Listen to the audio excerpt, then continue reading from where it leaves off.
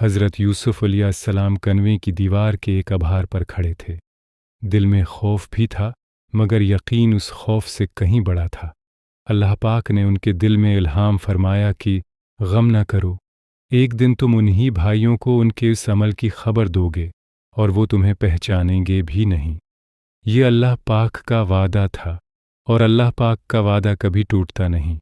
قافلے کی آمد کچھ وقت بعد دور سے اونٹوں کی گھنٹیوں کی آواز سنائی دینے لگی۔ یہ ایک تجارتی قافلہ تھا جو کنعان سے مصر کی طرف جا رہا تھا۔ سفر لمبا تھا، اس لیے وہ لوگ راستے میں پانی بھرنے کے لیے رک گئے۔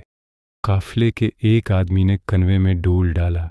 جب ڈول اوپر آیا تو اس میں ایک خوبصورت بچہ تھا۔ وہ چونک گیا اور بے اختیار بول اٹھا، یہ تو خوشخبری ہے، ایک لڑکا۔ قافلے کے لوگ حیران تھے۔ وہ سمجھے کہ یہ بچہ کہیں بھاگ کر آیا ہے یا کسی نے چھوڑ دیا ہے۔ انہوں نے حضرت یوسف علیہ السلام کو اپنا مالی تجارت سمجھ لیا۔ حضرت یوسف علیہ السلام خاموش تھے، نہ شکایت نہ فریاد، کیونکہ وہ جانتے تھے کہ اب جو ہوگا اللہ پاک کے حکم سے ہوگا۔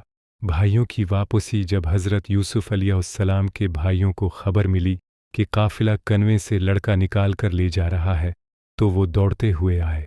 انہوں نے قافلے والوں سے کہا، یہ ہمارا غلام ہے، بھاگ آیا تھا۔ قافلے والوں نے بات مان لی۔ بھائیوں نے حضرت یوسف علیہ السلام کو چند درہموں کے بدلے بیچ دیا۔ قرآن بتاتا ہے انہوں نے اسے تھوڑی سی قیمت پر بیچ دیا اور وہ اس کے بارے میں بے رغبت تھے۔ یہ وہی بچہ تھا جس کے لیے کبھی حسد کیا گیا تھا، اور آج اس کی قیمت چند سکے لگا دی گئی۔ مصر کا سفر اونٹوں کا قافلہ صحرا میں آگے بڑھتا رہا۔